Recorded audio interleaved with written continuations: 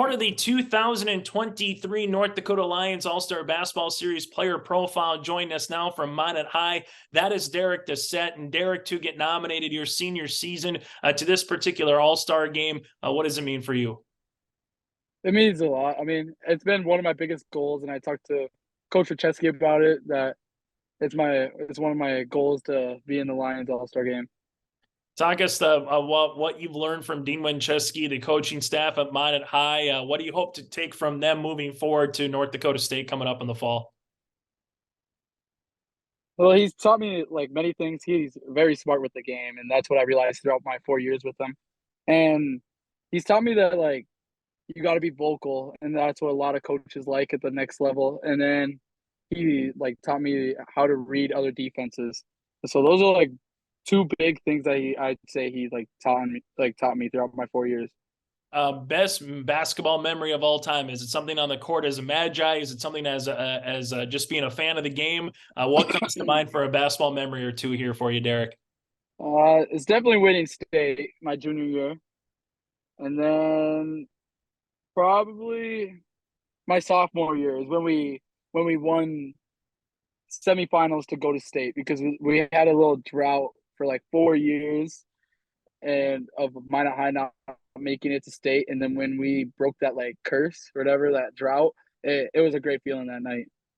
Take us through a little bit here of heading to NDSU. What made Coach Richmond and both the university just be a right fit for you, to move on to the next level? I see a lot in Coach Richmond. I mean, I could compare him to like Winchesky, and that's what I liked about them. Like they're both serious at like all times, and then like off the court, like on the court they're serious, and then like off the court they're just so chill and nice to talk to. And I say like the connection me and Richmond got like when through my recruiting process is what kind of helped more. Like he would stay in contact with me and ask you how I'm doing, and I'd say like that was like a lot, and he was checking up on me a lot, and I really liked that. So that's not the only reason. And like the Bison is a really good program for basketball, and I feel like I could be like a good fit for them. And yeah, that's what kind of made me like go with Richmond and the Bison crew. Take us through it a little bit to stay in state on top of it, Darik, to see those guys before you, like the Bowden Scumbergs, the Grant Nelsons, some of those that have been, in the area to also play D1 basketball. Was that something when you were growing up to say, okay, I've seen some guys from, the tri-state area, stay local? Was that kind of a goal when you were kind of going through the system here when you're 14, 15, 16 years old a little bit?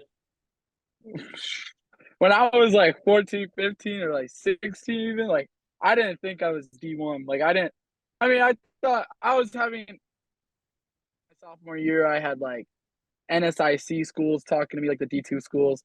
Then I had like, Minot, like the local. And I didn't think like throughout that whole time, like I didn't think like I was the D1 level until like my junior year. Then I started like getting to play like my style because like each year I had like a role, and then my role I feel like I took upon and did pretty good at, especially in the state tournament. And that's how I think I got on their radar.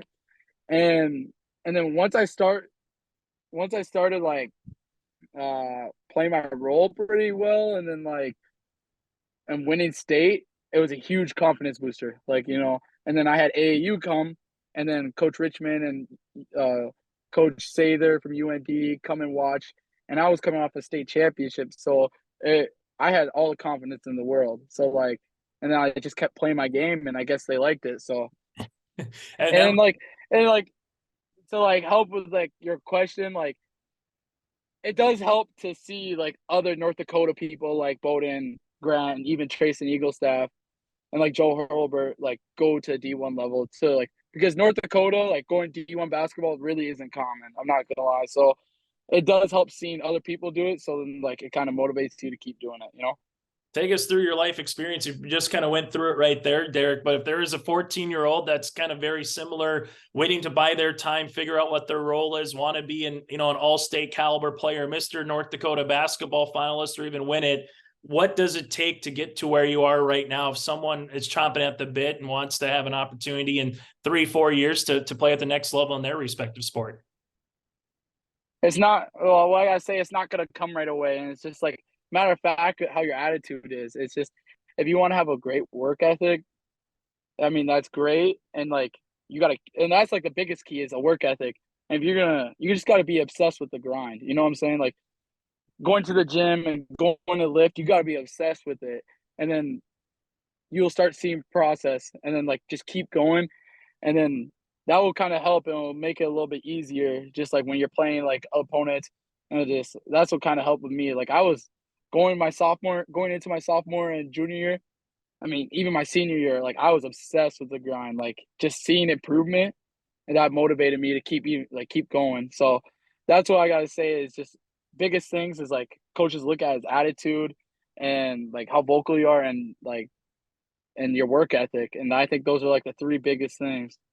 Was there someone when you saw the roster get out? It's kind of fun to see that this is the last Class A. Class B is 3 classes are coming into North Dakota next year. But when you saw the Class A roster, was there a particular player that you were saying, all right, it's gonna be fun to have them on my, team, so to speak, for a week and a couple of games as you get into this Lions basketball series here, Darik? Oh yeah, I've played with most of them actually. I played with like Zach Kraft in one tournament for ECI, and I played with Alex Dvorak, Ryan Erickson, Doppler, Carson Yale. I played with most of them. My biggest thing is probably I saw Raymond Brown on there, and I don't think I've played with him yet, and that's gonna be pretty fun, I think. So like with Raymond, he's a lockdown defender. He could pick up someone full court and he can just play all around. So I think it's gonna be pretty nice with me and him on the court, and I think we could cause some problems. Final thing for you, Derek, before we let you go, superstitious. Are you a superstitious person? Do you have to put the left shoe on before the right? Was your team at all superstitious when it came to taking the basketball court on any given night? I'm pretty superstitious. Like I put like I for my uniform, like I put it on a certain way. Like I put like on my shorts first, and then jersey, and then like I wear certain shoes. Like if I haven't lost in these shoes at home, like I'm gonna wear them at home and stuff. But my biggest thing that I'm superstitious on is probably my hair. You know, like I don't cut it like if we're winning, like my junior year, we're winning all throughout the season. And then I was like, we get to the state tournament, and I was like, I can't cut my hair. We're already winning. So then like, and then we ended up winning. But yeah, it's definitely my hair that I'm superstitious on. Hey, Derek, thanks so much for your time. Best of luck moving forward, bringing that flowing locks down to Fargo, North Dakota, coming up here in the fall, and also playing in the Lions All-Star Basketball Series here in the summer. Thank you. I appreciate it.